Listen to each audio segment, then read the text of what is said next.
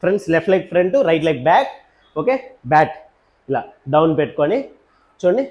1 2 3 4 5 6 7 times అని ఇలా tap చేసి ఇలా పెట్టుకోవాలి. ఓకే, బ్యాట్ 2 టైమ్స్ సైడ్ 1 2 కింద తట్టి ఇలా కొట్టాలి. నెక్స్ట్ బ్యాట్ ఇలా పెట్టుకొని 2 circles down, left side wave 2 circles.